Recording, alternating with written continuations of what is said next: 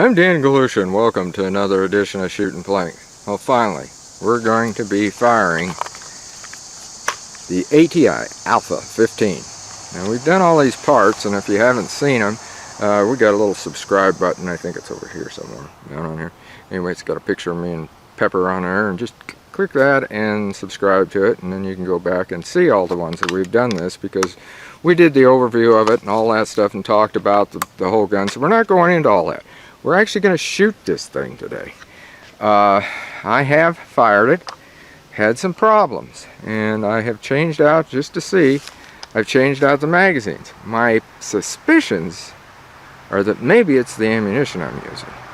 I've got some Tula, which is the steel casing, and we've got some Igman, I think it is, or something like that. Anyway, if I need to use it, we'll talk about it later.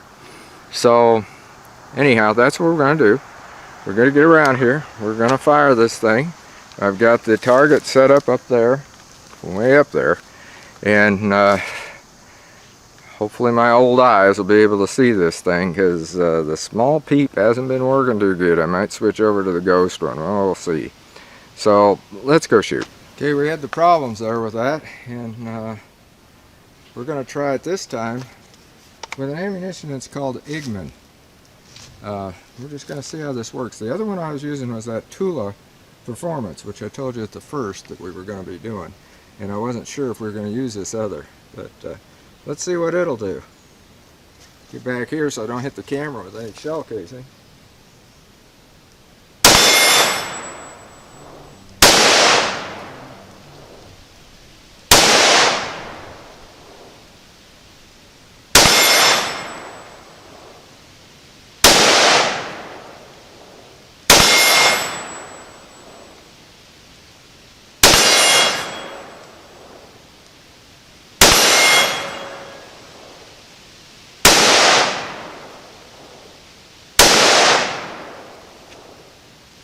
Okay, all rounds fired.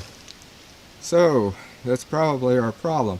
I'm going to go get that gong and take a look at it, and I can see a pattern then of what we've actually been doing, because this thing is not sighted in real well yet, and so I was happy to even hit that thing, tell you the truth, but I did miss a few, didn't I? But did do better with this other, so hang on. Well, one of them got the target, and I hit one dead center bullseye. Now, I don't know if that was with the Tula, because I did hit a couple of rounds. Actually, to me, I think there was only about a couple of rounds fired out of that, and I got one here and one here, which I'm kind of wondering if that's the Tula, and then the Igman was shooting low. Probably have to adjust those sights a little bit. I mean, I have taken those sights down, way down. Well, I'll show you. I'll get the gun.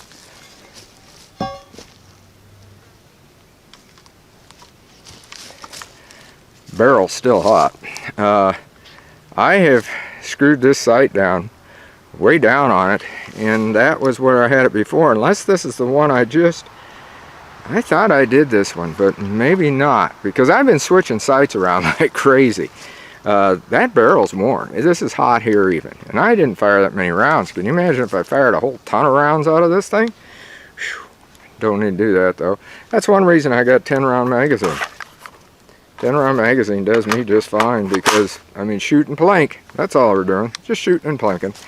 And, you know, this gun does seem like it's going to do pretty doggone good. I just got to figure out what I'm going to do about the sights, except for the fact I'm probably not going to be using these on here that much longer, due to the fact that I'm going to be having a Skinner optics. That's right, Skinner, the one that's famous for their peep sights, which you all know I'm crazy about those for my Henry rifles, but I'm going to have a Skinner optics on this thing. Yeah, I know I want to put one on my GSG too, but right now, or even my Smith & Wesson M&P 15 22, that would be a good one too. Kind of an overkill for 22, but this one is of course the 223. But anyway, it did seem like it worked much better, and I'll show you that box. Hang on. I'll show you the box because you probably haven't seen this ammunition. It's not made in the USA.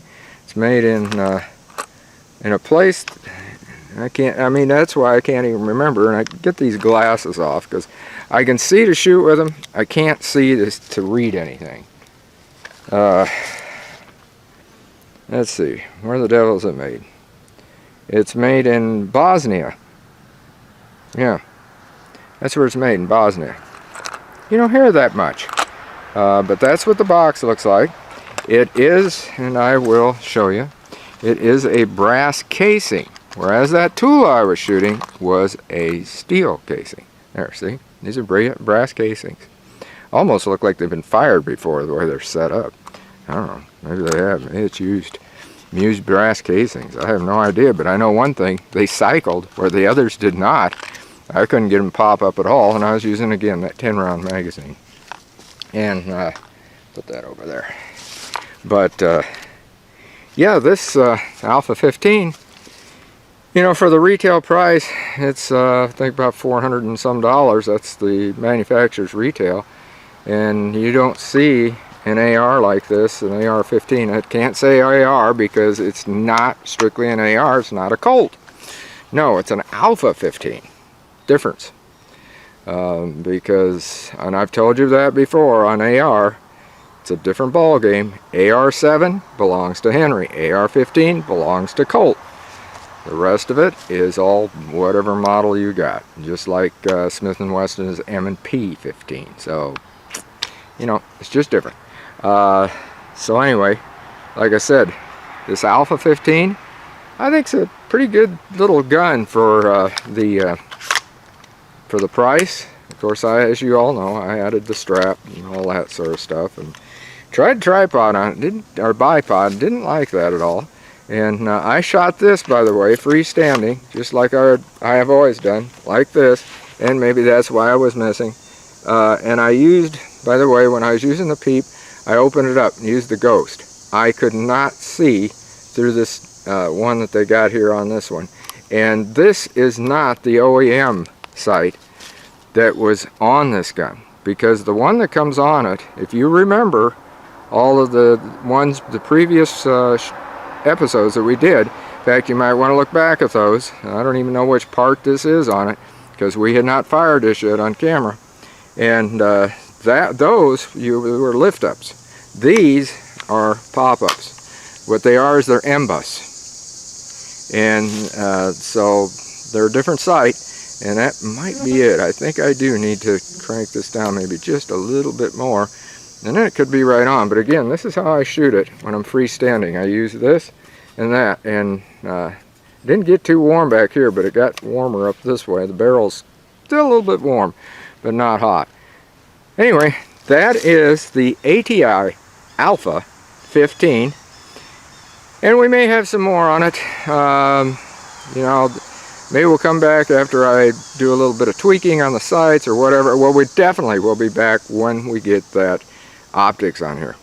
Then we're going to be doing that, but that's basically going to be one on the new Skinner optics.